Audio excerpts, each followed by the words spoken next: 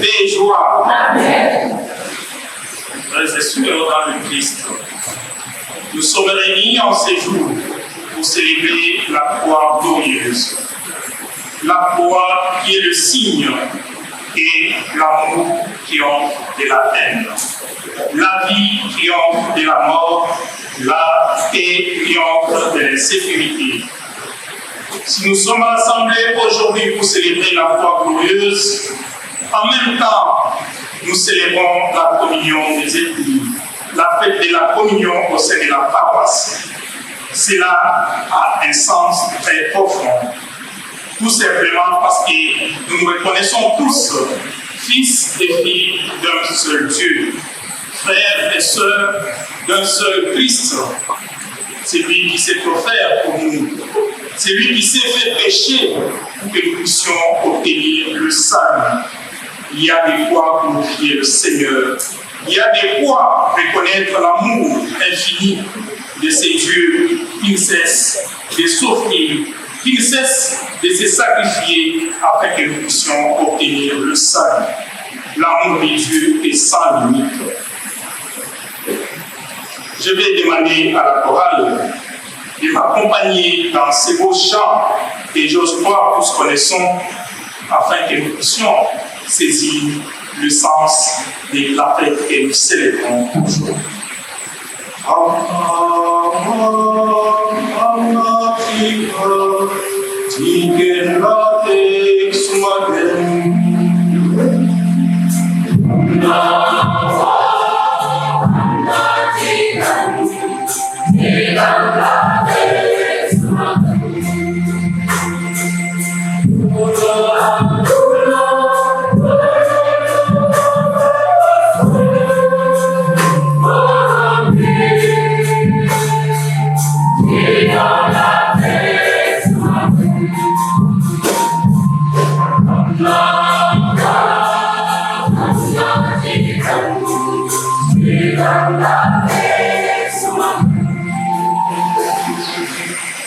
Ces jours, frères et sœurs, je le disais, est un jour particulier pour notre paroisse. Nous célébrons la croix glorieuse et la fête de la communion. Placée sous cette date, la croix glorieuse revêt, et cette fête revêt un sens très particulier, un sens très singulier, car cela nous rappelle que nous sommes tous unis dans le Christ. C'est par amour pour nous que le Christ s'est offert. C'est par amour pour nous que le Christ s'est fait pécher. C'est par amour pour nous qu'il s'est offert jusqu'au sacrifice suprême. Accepter de mourir sur la croix, accepter une telle mort qui était réservée aux bandits, qui était réservée aux pécheurs, qui était réservée à des personnes qu'on dirait des criminels. C'est un très grand sacrifice que le Christ a eu enduré pour nous. Il y a des quoi glorifier le Seigneur. Il y a des quoi nous dire Joffelouya à mon taille. Fêter la croix glorieuse, frères et sœurs, nous invite à remercier le Seigneur pour cet amour pour nous. Vous comprenez donc qu'en fêtant la croix glorieuse, nous fêtons en fait l'amour de Dieu pour l'humanité. L'amour de Dieu pour son peuple. Cet amour se manifeste dans la vie de tous les jours. Le seul exemple, un petit exemple de cet amour, c'est que chacun de nous dormait aujourd'hui, pour ceux qui ont eu à dormir. Chacun de nous dormait et il s'est réveillé. Cela ne revenait pas de ses propres forces. Cela ne revenait pas de nos propres forces ni de nos propres efforts. Mais cela, c'est un don gratuit que le Seigneur nous fait tous les jours. Il nous arrive dans notre vie d'avoir des difficultés. Il nous arrive dans notre vie de souffrir.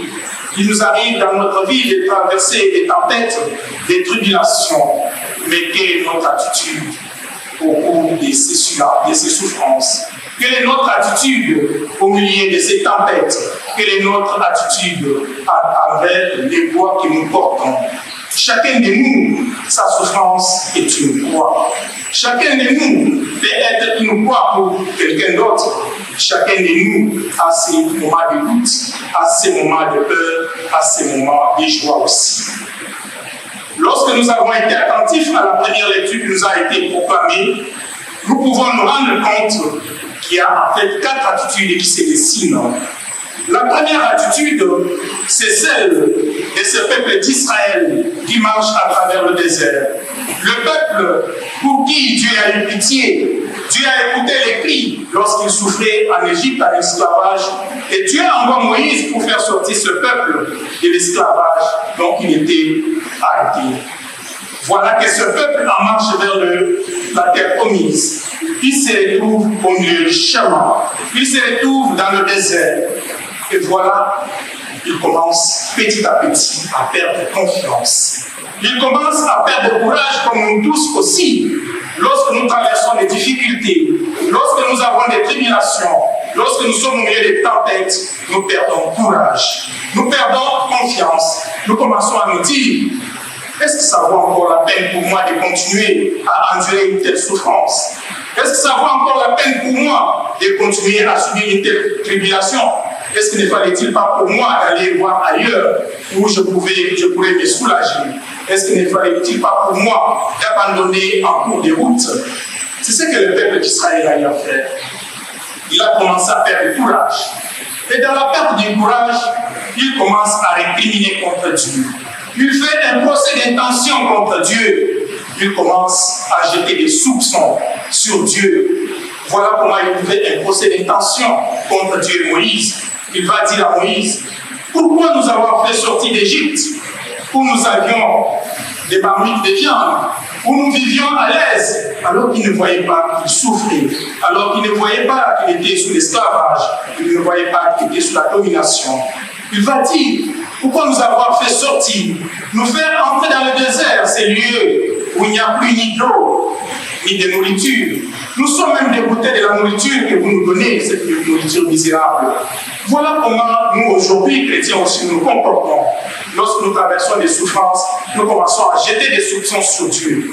Nous commençons à douter de l'amour de Dieu. Nous commençons à douter en disant, en tout cas, moi, Dieu m'a abandonné. En tout cas, Dieu est silencieux pour moi. Dieu ne me voit pas. Pourquoi c'est seulement moi qui souffre? Qu'est-ce que faisons-nous de ces lieux de souffrance? Faisons-nous de ces croix, ces lieux de tempêtes et de tribulations, qu'est-ce que faisons-nous de cela? Des lieux de salut? Ou bien nous faisons de cela seulement des lieux de lutte aussi pour pouvoir arriver à atteindre notre objectif qui est le salut. Paix et joie. Paix et joie. Nos souffrances, nous devons leur donner un sens spirituel parce que le Christ a eu à souffrir pour nous. La deuxième attitude dans la première lecture, c'est l'attitude de Dieu. Dieu voyant ce peuple qui doute de sa miséricorde, voyant ce peuple qui récrimine contre lui, qui fait un procès d'intention, qui commence à jeter des soupçons sur lui, qui les aurait abandonnés. Dieu va réagir. Il va envoyer un châtiment. Voilà comment le peuple va commencer à souffrir. Ce qui nous amène à la troisième attitude. Lorsque ce peuple se rend compte qu'à cause de ses récriminations, à cause de ses doutes et ses soupçons qu'il jette sur Dieu, il va revenir sur lui-même. Il va prendre la résolution d'aller vers Moïse et de demander d'intercéder pour lui. Est-ce que dans notre vie de tous les jours, lorsque nous jetons des soupçons, lorsque nous avons des doutes dans notre foi, est-ce que nous prenons le temps de revenir vers Dieu pour lui demander, Seigneur, j'ai péché contre toi, j'ai manqué confiance en toi, pardonne-moi.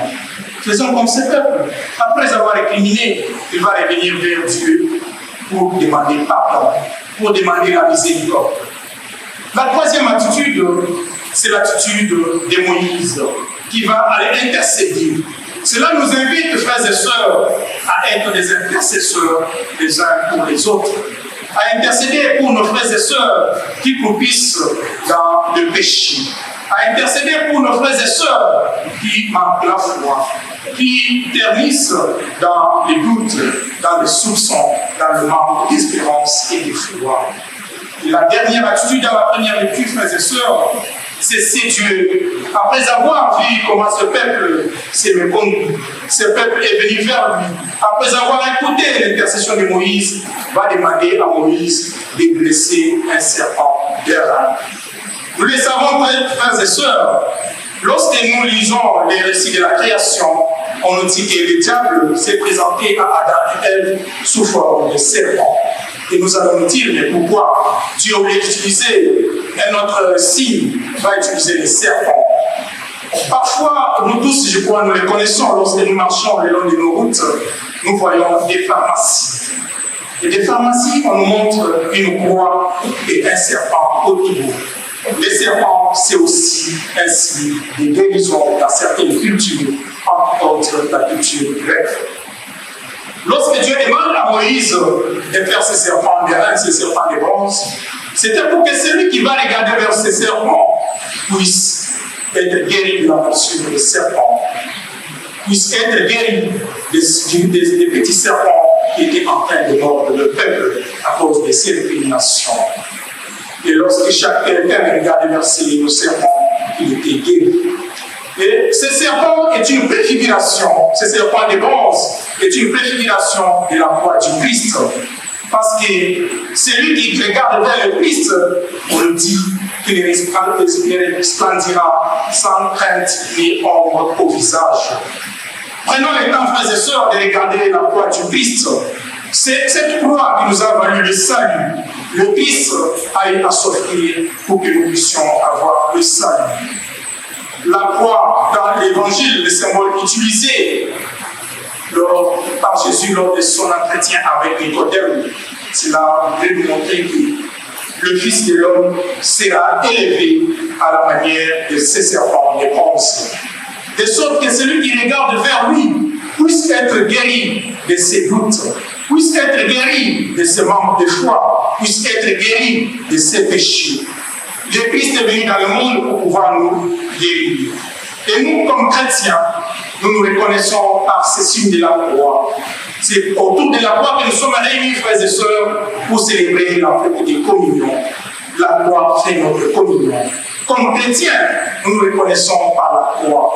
Raison pour laquelle, pour commencer nos activités, nous faisons un signe de croix. Nous disons, nous commençons cela au nom du Père, nous commençons cela au nom du Fils, et nous commençons cela au nom de l'Esprit Saint. Cela montre notre unité, notre communion dans la même et seule famille des enfants de Dieu. Parce que nous sommes chrétiens, nous nous reconnaissons chrétiens, devant la croix, il n'y a pas de neutralité. Soit on est avec le Christ, soit on n'est pas avec lui. Mais si on a fait le choix d'être avec le Christ, nous devons accepter de nous humilier, de nous abaisser. Nous devons accepter les crachats, les humiliations, les hontes qu'on nous fait subir comme le Christ a eu à faire. C'est cela que Saint Paul nous dit dans la deuxième lecture. Le Christ s'est abaissé pour nous. Il s'est humilié. Lui qui était des conditions divines, il s'est humilié en prenant, jusqu'à la il s'est humilié en prenant la condition d'homme. Il s'est abaissé jusqu'à souffrir une mort qui était réservée aux criminels. Devant la croix, frères et sœurs, tenons-les bien, il n'y a pas de neutralité. Soit nous sommes avec le Christ, soit nous ne sommes pas avec lui. Mais si nous faisons choix d'être avec le Christ, soyons vraiment fermes dans notre foi. Que les tribulations, que le désespoir, que le manque de foi ne puissent pas nous décourager. Notre fierté doit être la croix du Christ, parce que c'est là la pure preuve que Dieu nous aime. C'est Dieu qui nous aime, qui s'offre pour nous. C'est Dieu qui nous aime, qui nous montre cet amour. Exalter la croix, considérée comme signe de mépris, considérée comme signe de honte, considérée comme signe de malédiction, c'est glorifier l'amour de Dieu. La croix est un passage vers le salut. La croix est un passage vers le bonheur. La souffrance n'est qu'un chemin. Parce que le Christ a déjà souffert pour nous et nous sommes sûrs d'avoir la foi, d'avoir le salut. Tant il est vrai que la croix est la peine, est la preuve de la haine, de la communauté de l'homme, tant aussi il est vrai qu'il est l'emblème de la douceur. du pardon du Christ parce qu'il a accepté de subir cela pour lui. La croix, frères et sœurs, c'est le lieu même de la manifestation de l'amour de Dieu. Sur la croix, le Christ sur la croix, nous disons en lui la tendresse de Dieu, que soit la haine, quelle que soit la haine de son. La nouille qui sous nous bête, que rôle Christ a mis nous d'âge, tu vois bien, que rametiba les banques pour servir, tu fais lui à la montagne.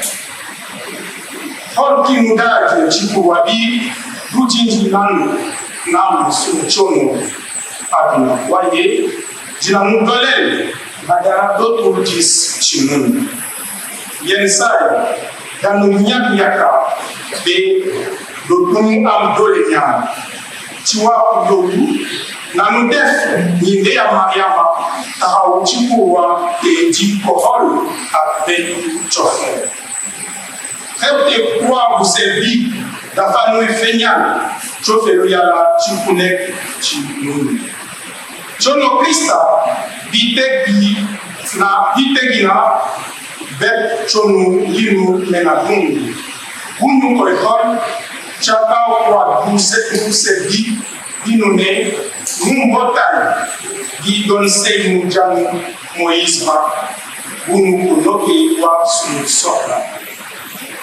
chikana mukwa bi holu gengat bi da fay don ben ak holu kinu da ci kwa ci kaw kwa bi fay bo chofel rek la elon smay mbok yala na yala rafetal ci dan ke yi may dole bunu gadwe su ko Mandi Allah ci ma tesu